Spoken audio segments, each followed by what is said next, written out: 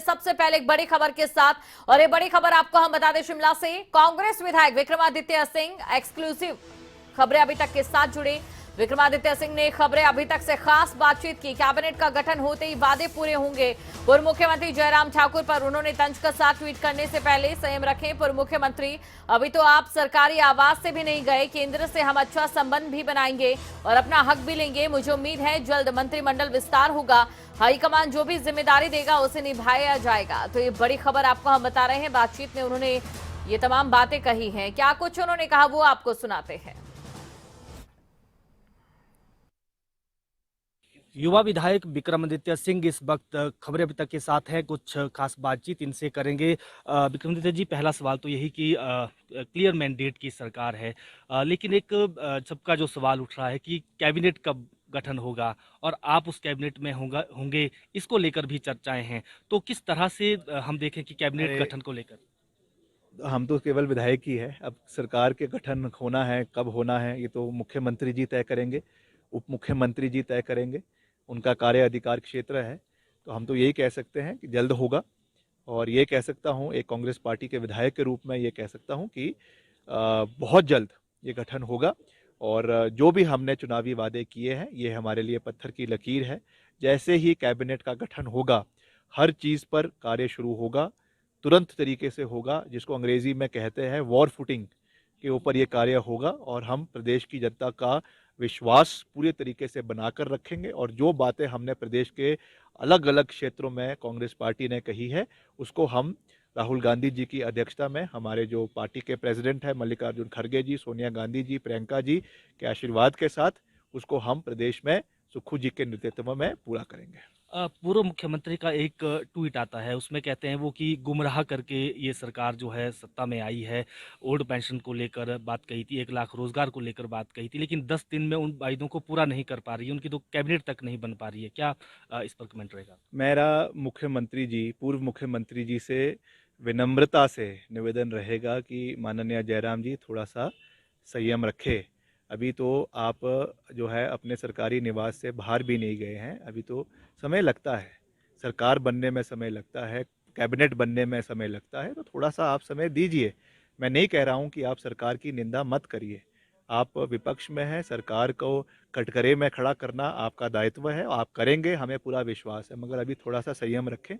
सरकार बनी है, सरकार को अपने कार्य पूरे मजबूती के साथ शुरू करने दे। आर्थिक स्थिति प्रदेश की ठीक नहीं है, वित्तीय स्थिति खराब है। ऐसे में वर्तमान जो सरकार है, आपने भी एक सुझाव दिया कि कमेटी का गठन होना चाहिए।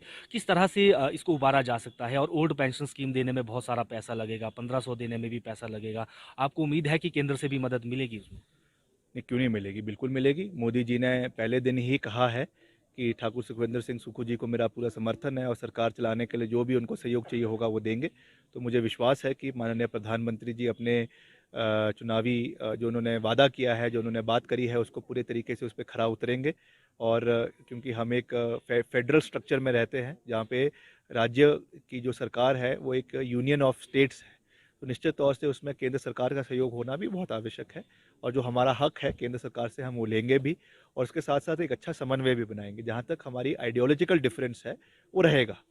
हम कांग्रेस पार्टी से हैं, हमारी विचारधारा अलग है, भाजपा की अलग है। मगर जब सरकार में होते हैं तो सरकार में एक वर्किंग रिलेशनशिप जो है वो प्रधानमंत्री जी के साथ और जो काउंसिल ऑफ मिनिस्टर्स में और मंत्री है उनके साथ होना बहुत ज़रूरी है। तो वो बनेगा, मुझे उसका पूरा विश्वास है। मुख्यमंत्री जी ने प्रधानमंत्री जी से पिछले कल मिलना भी था, मगर कोरोना की वजह से नहीं मिल पाए। तो जल्द वो उनसे मिलेंगे भी और पूरा आशीर्वाद हिमाचल प्रदेश के विकास के लिए प्रधानमंत्री जी से लेंगे, इसका हमें पूरा विश्वास है। आज शिमला ग्रामीण में आपने 5000 रोजगार की बात की है। किस तरह से रोजगार देंगे? और बाकी भी आपने वायदे की है अपने क्षेत्र में। काफ़ी ज़्यादा मतों से आप वहाँ जीते। आपने एक ट्वीट भी किया था कि धरती पुत्र जैसी संकीर्ण मानसिकता अब नहीं आनी चाहिए यहाँ।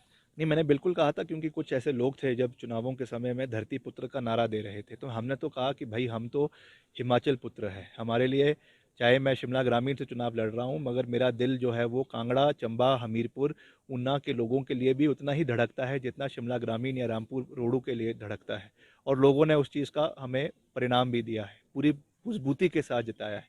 और ऐसे लोग जो धरती पुत्र का नारा दे रहे थे, उनके उनकी संकीर्ण मानसिकता को एक करारा जवाब भी दिया है। जहाँ तक वादों की बात है, मैंने तो विपक्ष में रहते हुए भी सबके आशीर्वाद के साथ 100 करोड़ के विकास कार्य शिमला ग्रामीण में पिछले 5 साल में करवाए। जब हम विपक्ष में थे उसकी रिपोर्ट कार्ड बाकायदा लोगों को दी और लोगों ने उस चीज़ को स्वीकारा। तभी मुझे, जहां हम पिछली बारी 4,000 से जीते थे, इस बारी करीबन 14,000 वोटों से जीतकर सफल हुए हैं। और अब भी हम सरकार में हैं। हम निजी क्षेत्र में भी, सरकारी क्षेत्र में भी जितने भी रोजगार के साधन हैं उनको मजबूत करेंगे। और अब तो विधायक प्राथमिकता में रोपवेज के साधन भी है। हमारा एक बड़ा फेमस मंदिर है, शाली माता का मंदिर है, जो बिल्कुल शिमला के साथ लगता हुआ है। वहाँ पर हम आने वाले समय में रोपवे बनाने का प्रयास करेंगे कि ताकि एक अच्छा टूरिज्म का सेक्टर वहाँ पे डेवलप हो सके और भी इस तरीके के संसाधन इलाके में बने, ताकि हमारे युवाओं को अच्छे साधन के रोजगार के केवल सरकारी क्षेत्र में नहीं मगर निजी क्षेत्र में भी हम दिलवाने में सफल हो सके। बिल्कुल, ये थे विक्रमादित्य सिंह जो शिमला ग्रामीण से विधायक हैं और इन्होंने कहा कि जो वायदे किए गए थे शिमला ग्रामीण में भी उन वायदों को पूरा करेंगे और इसके साथ साथ जो वायदे चुनाव के दौरान चाहे ओल्ड पेंशन स्कीम की बात हो, बाकी भी चीज़ें हो, उनको समयबद्ध तरीके से पूरा किया जाएगा। शिमला से खबरें अभी तक के लिए प्रदीप ठाकुर।